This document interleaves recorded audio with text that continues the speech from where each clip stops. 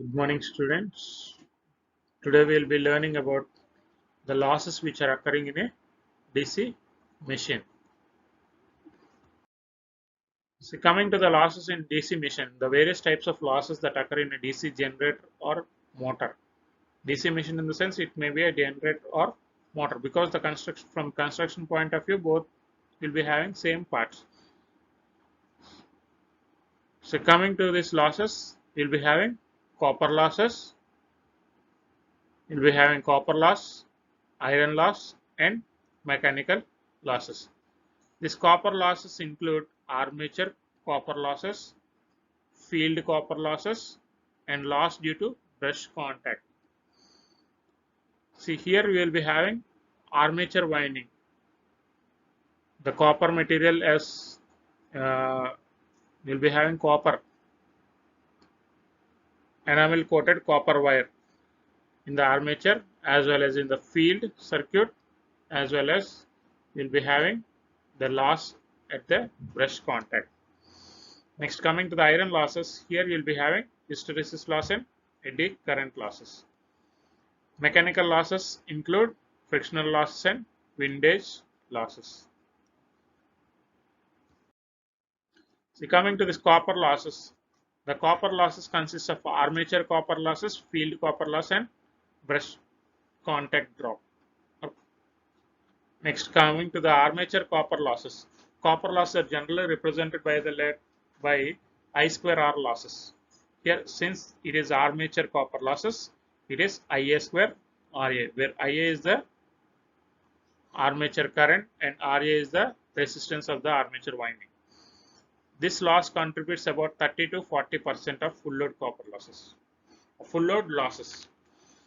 The armature copper losses are also called as variable losses and depends upon the amount of loading on the machine.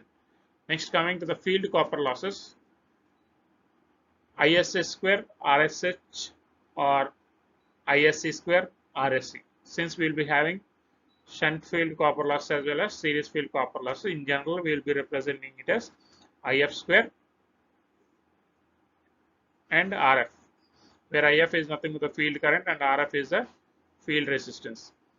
In case of shunt wound, the copper loss is practically constant and the copper losses will be around 20 to 30% of the full load losses. Next, since the iron losses, since we will be having iron material, armature core is made up of iron and it rotates in the magnetic field. A small current gets induced in the core itself. Due to this current, eddy current losses and hysteresis loss occur in the iron core. The iron losses are also called as core losses or magnetic losses. These iron losses are subdivided into two types. One is hysteresis loss and the other one is eddy current loss. Hysteresis loss is nothing but is the loss which is occurred due to the reversal of magnetization of the armature core. The hysteresis loss is given by WH is equal to eta Bmax whole power 1.6 F into V watts, where eta is the Steinmetz hysteresis constant and V is the volume of the core. Next, eddy current loss. When the armature core rotates in the magnetic field, an EMF is induced in the core, according to the Faraday's laws of electromagnetic induction. Though this induced EMF is small, it causes very large current to flow in the body, due to the low resistance of the core. This current is called as eddy current, and the power loss due to this current is called as eddy current loss. Mechanical losses. Mechanical losses are nothing but the loss which are occurred due to friction at the bearings and commutator and air friction at the rotating parts. These two losses contribute the mechanical losses, and these losses will be around 20 to 10 to 20% of the full load losses. So coming to the last slide, which is the mechanical and magnetic losses are also called as stray losses, and the iron losses are also called as core losses and magnetic losses.